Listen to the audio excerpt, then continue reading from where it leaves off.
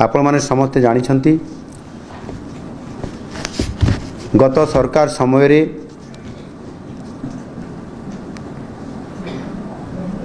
5T ना रे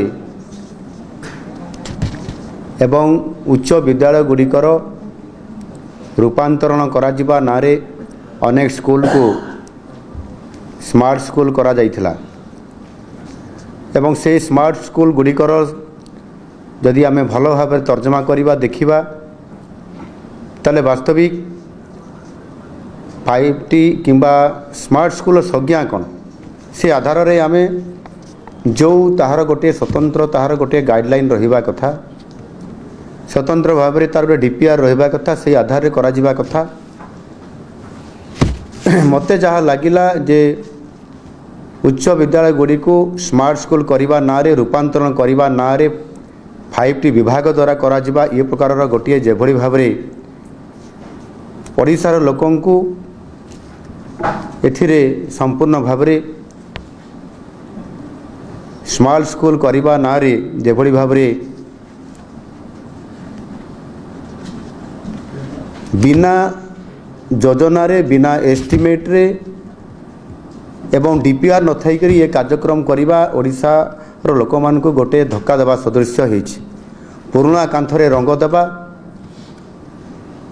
एवं स्मार्ट बोर्ड करवा ठू आरंभ करी और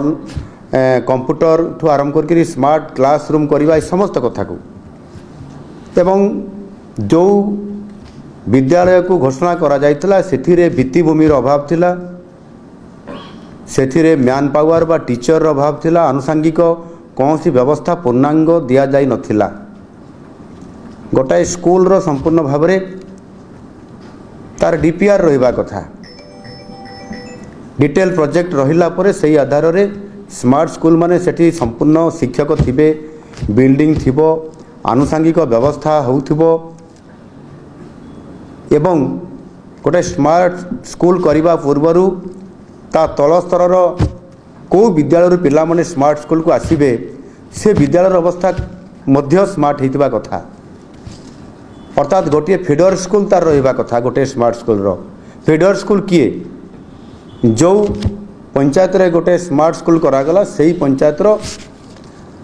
जो प्राथमिक विद्यालय गुड़िक अच्छी प्रथम श्रेणी रु अष्टम श्रेणी पर्यंत जदि आमे धरी नबा ताले से स्कूल रो भित्तिभूमि मैन पावर एवं आनुषंगिक व्यवस्था मध्य स्मार्ट होइतबा कथा जहाँ देखा देछि मु गत सरकार रे विरोधी दल मुख्य सचेतक हिसाब रे अनेक विद्यालय को जाइए देखी मो विधानसभा रे मध्य ओडिशा रे मध्य विभिन्न जगह दे देखी भंगा कांथरे चून देकी एवं जो प्राथमिक विद्यालय पिला माने जोठी विद्यालय रे शिक्षक नथिले भित्तिभूमि नथिला पिला माने हरण गुणन मिश्रण फेडाण एवं श्रुत लिखन जानी नथिबा पिला माने स्मार्ट स्कूल को गला परे से स्कूल रो से माने किबड़ी भाव रे स्मार्ट बोर्ड रे पाठ पढ़िबे कंप्यूटर रे पाठ पढ़िबे